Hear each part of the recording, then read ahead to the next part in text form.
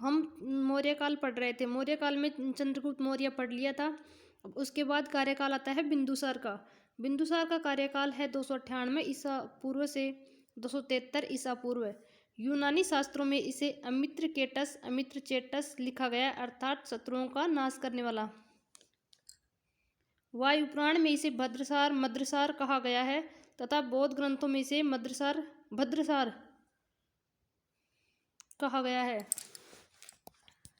इसके शासनकाल में कौन विदेशी यात्री था और कौन शासक था?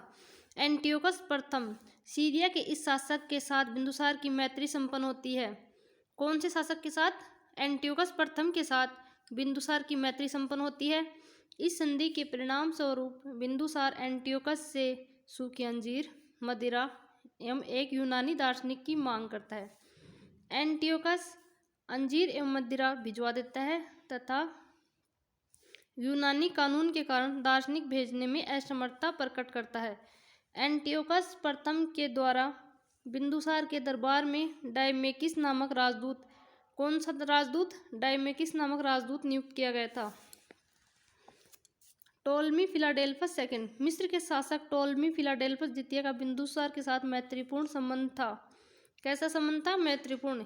टोलमी ने डायोनिसस नामक अपना राजदूत बिंदुसार के दरबार में नियुक्त किया था। कौन सा राजदूत? डायोनिसियस। टोलमी ने डायोनिसस और उसने एंटियोकस ने डायमेकिस, दोनों में अंतर है। तक्षशिला बिंदुसार के शासनकाल के अंतिम समय में तक्षशिला प्रांत में विद्रोह होता है। कौन से प्रांत में? तक्षशिला प्रांत में। बिंदुसार आजीवक संप्रदाय का अनुयायी था। किस संप्रदाय का? आजीवक संप्रदाय का। बिंदुसार का प्रारंभिक प्रधानमंत्री चाणक्य था तथा उसके पश्चात राधागुप्त, कौन? राधागुप्त उसका प्रधानमंत्री बनता है। बिंदुसार के बाद कार्यकाल आता है अशोक का। अशोक का कार्यकाल है 273 ईसा पूर्व से 232 ईसा पूर्व।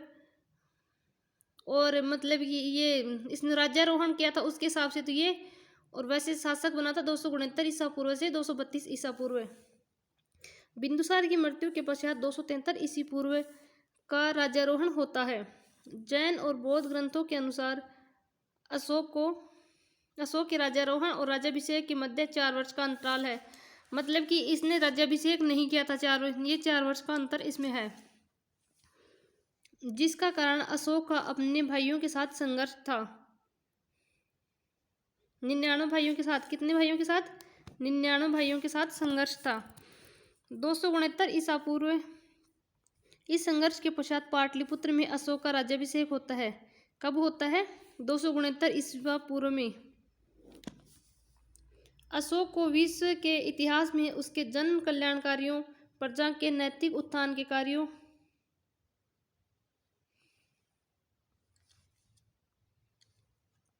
के कारण जाना जाता है। कलिंग युद्ध 261 ईसा पूर्व। अशोक के राज्याभिषेक के 8वें वर्ष के पश्चात अशोक के द्वारा कलिंग पर आक्रमण किया जाता है। कौन से वर्ष में? 8वें वर्ष में। हाथी गुम्फा अभिलेख के अनुसार इस समय कलिंग का शासक नंदराज था। कौन था? नंदराज। इस युद्ध के दौरान अशोक के लगभग 1 लाख लोगों को मार दिया जाता है तथा 1.50 लाख लोग बंदी बना लिए जाते हैं। कितने लोग मारे जाते हैं कलिंग के युद्ध में?